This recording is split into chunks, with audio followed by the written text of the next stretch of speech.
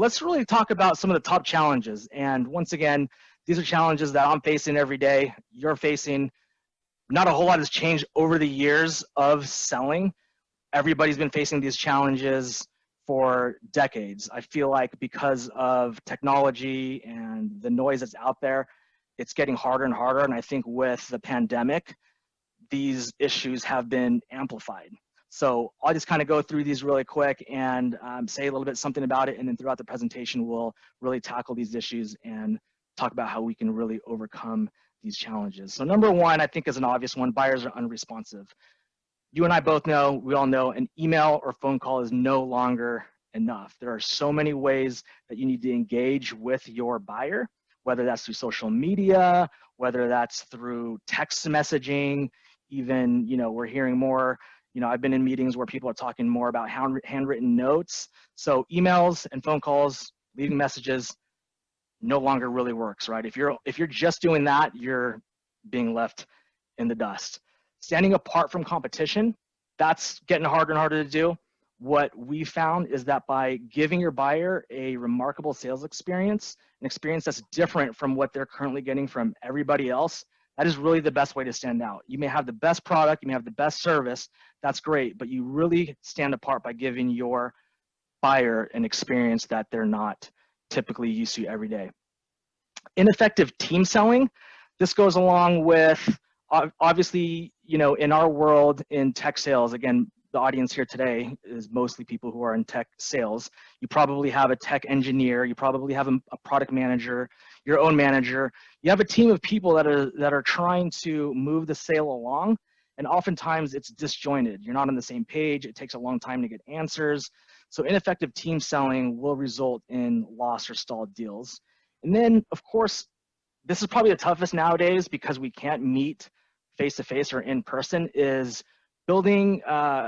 connecting on an emotional level. And this is something that Keith will get into as well during a little bit later. But this is so important, right? I think that the biggest challenge today is not being able to shake someone's hand, not being able to have lunch or have a drink with them. So nowadays it's communicate through email, phone, back and forth, and it's all factual, giving data as opposed to connecting on a personal and emotional level. And this is so important to be able to express your personality, express your passion in wanting to help somebody. So we'll talk a little bit more about how to do that.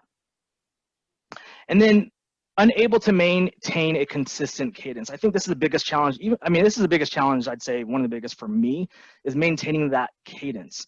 You get somebody, you have an opportunity, you get them engaged, and slowly, as time goes on, we know time kills deals. You start to see them go dark. You start to see less response. The time between the meetings are taking so long because you're trying to coordinate the meetings, the information, there's changes, you got to be agile. So that's one of the biggest challenges, especially in a long sales cycle and a complex sale. Keith, what are your thoughts on some of those? Yeah, I agree. I think all of them hit on a lot of the issues that we generally see, even before COVID. I mean, it's just hard to get people, on the phone. And then we're talking about people you have relationships with in some cases. You're just like, I thought we were buds. Yeah, so, yeah. So what happened, right?